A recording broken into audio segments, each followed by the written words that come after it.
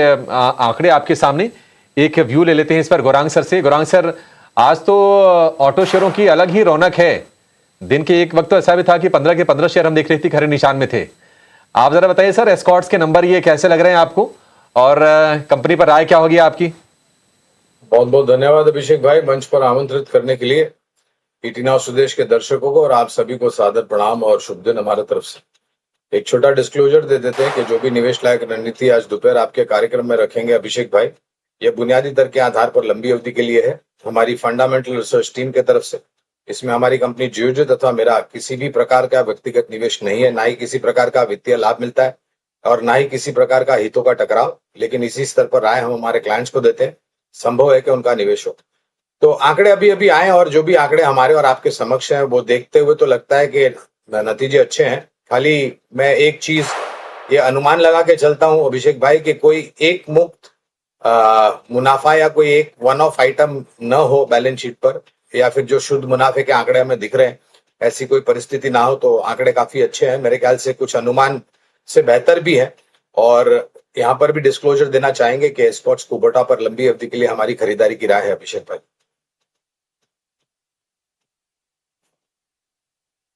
तो बिल्कुल एक फंडामेंटल नजरिया गौरांग सर की तरफ से एस्कॉर्ट्स कुबोटा पर हमें मिल चुका है। नतीजे आपके स्क्रीन पर आप देख रहे हैं। मुनाफे और आय के फ्रंट पर जो बढ़त है सालाना आधार पर, उसका असर स्टॉक प्राइस में भी रिफ्लेक्ट होता हुआ दिखा है। सर, क्या आप भी सहमति रखते हैं इससे? क्योंकि देखिए जिस तरीके से क्रूड की चाल थी, Q1 में देखें तो एक जबरदस्त इम्पैक्ट यहाँ पर जरूर रहेगा, बट क्या मार्केट इसको इग्नोर करते हुए, इसको प्राइस इन करते हुए आगे इसका आउटलुक पॉजिटिव है क्या? को भी सादर प्रणाम और शुभ दिन हमारे तरफ से। तो एक स्टैंडर्ड डिस्क्लोजर यहाँ पर भी होगा कि तीनों ही oil marketing company HPCL, BPCL, IOC, इन तीनों पर ही बुनियादी दर के आधार पर खरीदारी की राय है। दिक्कत या फिर असमंजस परिस्थिति छोटी मध्यम अवधि में, जैसे हमें सबको पता है, कच्चे तेल के दाम को लेकर के। अब कल जो सूत्र के आधार पर जो खबरें आई हैं कि युद्ध में विराम हो सकता है अमेरिका इजराइल के बीच में, अमेरिका और ईरान के बीच में, समझ आता हूं। लेकिन कल देर शाम में ईरान ने इसका स्पष्टीकरण नहीं दिया और इस बात को कहा है कि ये अमेरिका के तरफ से मैनिपुलेटिव आगे कदम उठाया है। उन्होंने साफ इनकार कर दिया है। जब तक प्रमाण नहीं मिल जाता है युद्ध विराम का, तब तक अनुमान लगा करके काम करना मेरे ख्याल से जोखिम से कम नहीं होगा। कच्चे तेल के दाम नीचे आए हैं तो एक तरीके से अगर आप देखने जाए तो ऑयल मार्केटिंग कंपनीज को फायदा होना चाहिए और ऑयल एक्सप्लोरेशन कंपनीज को नुकसान होना चाहिए। लेकिन फिर भी नीचे के तरफ के, और उसकी दिक्कत यह है श्री जी के हमारे यहाँ पर प्रति लीटर के दाम पर जो पेट्रोल और डीजल बिकता है उसमें ऊपर के तरफ के कोई परिवर्तन नहीं किए, और सिर्फ कच्चा तेल उबाल पर नहीं है, रुपया भी कमजोर है डॉलर के सामने। तो ये दो धारी तलवार के रूप में काम करती है हमारी अर्थव्यवस्था और हमारी विकास दर को लेकर के। छोटी मध्यम अवधि में तो बहुत मुश्किल है मेरे लिए टिप्पणी करना सृष्टि जी, लेकिन लंबी अवधि के लिए तीनों पर खरीदारी की राय है बुनियादी दर के आधार पर। चलिए, OMC काउंटर्स यहाँ पर नजर जरूर रखेंगे, पर इसी के साथ फिलहाल वक्त तो चला एक छोटे से Gaurang sir, coming back to you, I hope आप मुझे सुन पा रहे हैं। ऑटो सेक्टर पर आपका एक फंडामेंटल नजरिया मैं समझना चाह रही थी। अच्छी तेजी देखने को मिल रही है सेक्टर में, लार्जर प्लेस हो चाहे छोटी मझौली कंपनी, और ऑटो एंसिलरी की चाल। फंडामेंटली निवेश किस तरह से किया जाए इस सेक्टर में? बहुत बहुत धन्यवाद मानसी जी, आपको भी सादर प्रणाम और शुभ दिन हमारे तरफ से। क्षमा चाहता हूं, ये विलंब से थोड़ा बहुत तकनीकी दिक्कत आ रही थी।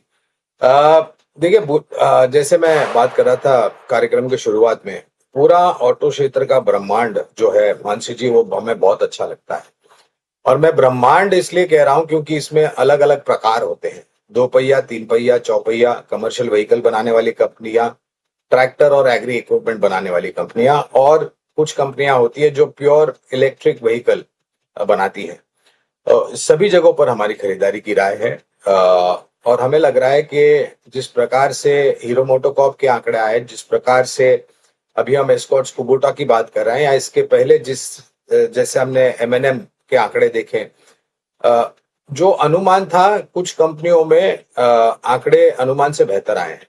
और एक परिस्थिति मानसी जी मैं ये देख रहा हूं कि जो एक्सपोर्ट का आंकड़ा आ रहा है पिछले कुछ महीने दर महीने, बिक्री के आंकड़े जो हमारे और आपके समक्ष है वो निरंतर ऊपर की तरफ जा रहे हैं।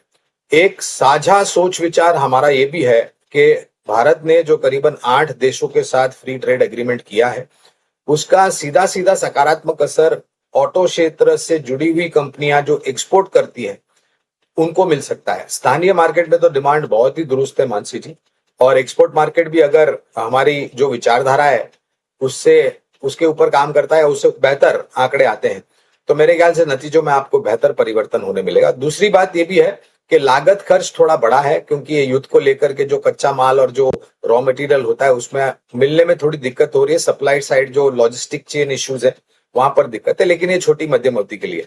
और प्राइस रिवीजन भी शायद आने वाले भविष्य में हो सकता है। तो प्राइसिंग पावर भी है, बिक्री भी अच्छी हो रही है, स्थानीय मार्केट में डिमांड अच्छी है, एक्सपोर्ट मार्केट भी बेहतर है। Hero MotoCorp, TVS motors, Bajaj auto, Tata motor commercial vehicle, MNM, Maruti, Ashok Leyland और Olectra green tech, Escorts Kubota के साथ साथ इन और आयशर मोटर्स। तो ये पूरा एक लंबी सूची है मानसी जी जहां पर हम खरीदारी की राय। और मैं एक बात ये भी कहना चाहूंगा मानसी जी कि सिर्फ मात्र ऑटो क्षेत्र पर ध्यान मत दीजिए। ऑटो क्षेत्र से auto ancillary, OEM segment companies, battery manufacturing companies और टायर मैन्युफैक्चरिंग कंपनीज, इन पर भी ध्यान देना अनिवार्य होगा। तो चलिए एक फंडामेंटल नजरिया और पूरा का पूरा ऑटो बास्केट और उसमें पसंदीदा स्क्रिप्ट्स गौरांग जी ने हमारे सामने रखी है। जरा मुंबई की भी स्थिति बताइए कि वहां पर क्या क्या हालात हैं, और ये जो ब्लू स्टार, इसके अलावा हैवेल्स हो गया, वोल्टास हो गया, जो ऊपरी स्तरों से नीचे आ रहे हैं, क्या आपके हिसाब से बाइंग करनी चाहिए इन स्टॉक्स में? देखिए, बुनियादी तर्क के आधार पर खरीदारी की राय अभिषेक भाई। और बंबई में तो जैसे हम सब जानते हैं पसीने वाली गर्मी होती है और उसका प्रकोप भी काफी हावी होता है। पिछले 2 दिनों से थोड़ी गर्मी कम हुई है, लेकिन अनुमान ये है मौसम विभाग से फिर से कि आने वाले दिनों में ये पारा फिर से ऊपर चढ़ेगा। तो ये मेरे ख्याल से ये अगर आपने लंबी अवधि का निवेश किया है ना, तो छोटी मध्यम अवधि में जो खबरें आती है मौसम को लेकर के, वो एक आधार नहीं होना चाहिए कोई बड़ा परिवर्तन करने के लिए। बुनियादी तर्क के आधार पर Havells India, blue star, Voltas और सिम्फनी, ये कुछ व्हाइट गुड्स, कंज्यूमर ड्यूरेबल बनाने वाली कंपनियां हैं जहां पर हम खरीदारी की राय दे रहे हैं। और मैंने मेरे ख्याल से सीआईआई की अभी एक समिति हुई थी, वहां पर ब्लू स्टार के मैनेजमेंट ने टिप्पणी करी थी। अप्रैल के महीने में कुछ 2 या 3% भाव में बढ़ोतरी की थी। अब लागत खर्च भी बढ़ रहा है क्योंकि जो सप्लाई साइड के तरफ से जो दिक्कतें आ रही है, तो और जो लागत खर्च है वो ऊपर भी जा रहा है क्योंकि स्पेयर पार्ट्स, पुर्जे जो हैं वो महंगे होते जा रहे हैं और सप्लाई कम है। तो शायद इस महीने या अगले महीने आपको और 2 या 3% की बढ़ोतरी होती हुई दिखाई देगी, एयर कंडीशंस में खास करके मैं बात कर रहा हूँ। तो लंबी अवधि का अगर आपकी विचारधारा है तो आप निश्चिंत होकर के बने रहे। और मेरे ख्याल से मांग जो मैं सुन रहा हूं अभिषेक भाई, वो ग्रामीण, मध्यम ग्रामीण इलाकों से बहुत ही ऊपर की तरफ आने की संभावना है। शहरों में से तो मांग आती रहेगी, लेकिन ग्रामीण और मध्यम ग्रामीण में से भी आपको मांग ऊपर की तरफ जाती हुई दिखाई देगी। भी वाइट गुड मैन्युफैक्चरिंग कंपनीज हैं, उनको लेकर एक राय। पर आज टेलीकॉम स्टॉक्स में भी धुआंधार एक्शन है। कोई भी स्टॉक आप उठा के देख लीजिए, वहां पर बेहतरीन मूव्स आते हुए देखेंगे। हम सुबह भी कुछ स्टॉक्स की चर्चा कर ही रहे थे। अभिषेक, आपसे